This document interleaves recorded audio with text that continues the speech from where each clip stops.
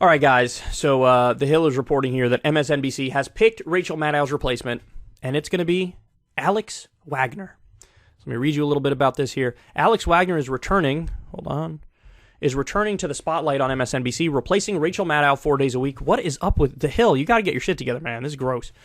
The cable news and opinion network picked Wagner to host a show on weeknights at 9 p.m. Eastern Time, according to multiple reports. Wagner replaces Maddow, MSNBC's top-rated talent. She's number one by a mile on MSNBC, by the way, who recently announced she will be scaling back her hosting duties on her nightly show to focus on other projects while remaining with NBC Universal. Wagner's 44 years old. She hosted a daytime opinion show on MSNBC during a previous stint with the company, which was canceled in 2015.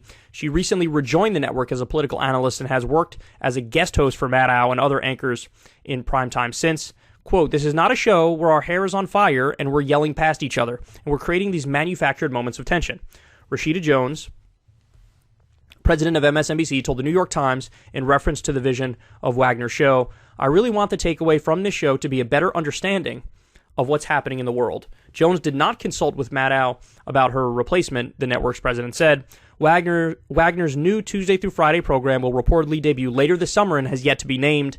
Since leaving MSNBC in 2015, Wagner has worked for a number of other outlets, including CBS, The Atlantic, and as a host of the Showtime docuseries The Circus. Once Wagner's show debuts, Maddow will host the 9 p.m. hour on MSNBC on Mondays, with Wagner hosting Tuesday through Friday. Okay, there you go. So, what does this choice at MSNBC show about the direction of MSNBC? Well, it's very simple. What they're doing is the exact same thing that CNN is trying to do. CNN, during the Trump era, they went very hard pro-establishment Democrat and anti-Trump. That was the flavor of the network. CNN went pro-establishment Democrat, anti-Trump. That was the gist of it. Now, don't get it twisted. That doesn't mean that they're left. They are not ideologically left. They are pro-corporate Democrat and anti-Trump. Okay, that's what they were. MSNBC was already in that lane before CNN even joined them. That's what they were. Now, there was a time previously where they decided, hey, we got to sort of get away to that and become more centrist and neutral. And now this is what CNN and MSNBC are doing at the exact same time. They want to be more neutral. They want to be more respectable. They want to be viewed as like very partisan outlets, so they're trying to get back to that. But there are a couple problems with this. Number one is this shit just doesn't rate. Like, you're not going to... Look at the success of Fox News. What has Fox News done that's successful? They're without a doubt the most passionate of the three major networks. They actually have a view, they actually have a vision, and they're very passionate about that vision. Now, I don't agree with their vision because they're basically Republican Party hacks. They're the Republican propaganda network. But the fact that they actually rep a viewpoint and are aggressive with it and are passionate about it, I do think has attracted a larger audience to them. And by the way, the audience is older and old people more watch TV. So there's that. But for MSNBC and CNN, they're just going to go back to this old school false equivalence, both sidesism. And that's what we're going to watch. Like, there was a memo that came down at CNN which said, don't refer to Trump's, denying of the election as the big lie anymore, because that makes it so that you're alienating people. Well, that's not like, but what if it's fair to call it a big lie? You know what I'm saying? Like, it kind of is a big lie. So you're actually misleading the audience in an attempt to prioritize neutrality over objectivity. So that's a problem. So I don't think their ratings are going to suck. CNN and MSNBC. Alex Wagner is not going to do well at all. And by the way, MSNBC kind of admits, like, yeah, we're not expecting the best ratings. So what are you doing? Really, it's about steadying the ship and keeping the advertiser dollars flowing. That's it. Just keep those advertiser dollars flowing. Offend nobody, but also just don't get it twisted. They're not going to like suddenly start doing a good job. They're not going to do that. It's going to be mealy-mouthed, warmed-over bullshit, false equivalence all day long, both sides do it stuff all day long, neutrality over objectivity all day long. Look, at the end of the day, and you guys know my spiel on this when it comes to what I think one of these networks should do. What you should do is have a network that is ruthlessly dedicated to giving people facts and information and data, and just first and foremost, tell the truth about what's happening, no matter what direction it points you. Number one.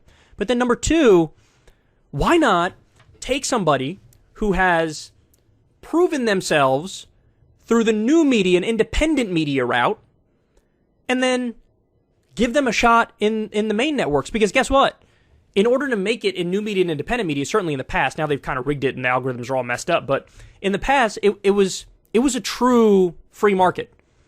It was a true meritocracy in a sense. So if you made it and you attracted the eyeballs in that sphere, there's something to you that people like to watch and like to see.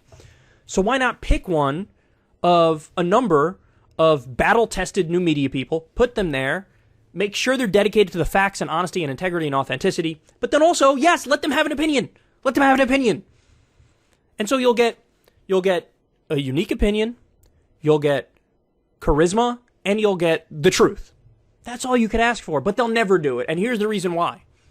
The people who make it in independent media, new media, sometimes we're a little edgy. And also, we generally like to hold the powerful accountable. And that's the last thing they really want in mainstream media, is holding the powerful accountable.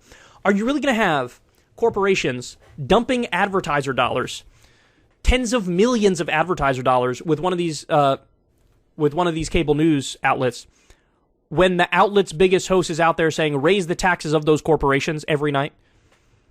You're not going to have it. So, I've kind of given up any hope for any of the outlets to ever do a true solid network that would get the views and be interesting. So we're just going to keep going back and forth between partisan hacks, so like Republican propaganda network or Democratic propaganda network.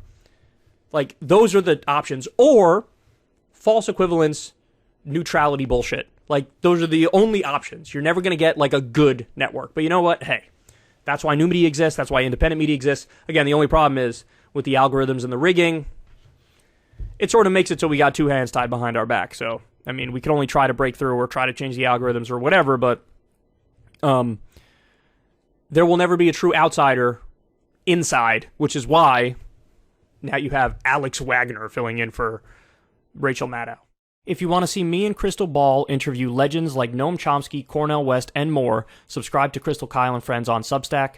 $5 a month gets you the video version a day early. Remember, we take 0 ad dollars for this podcast.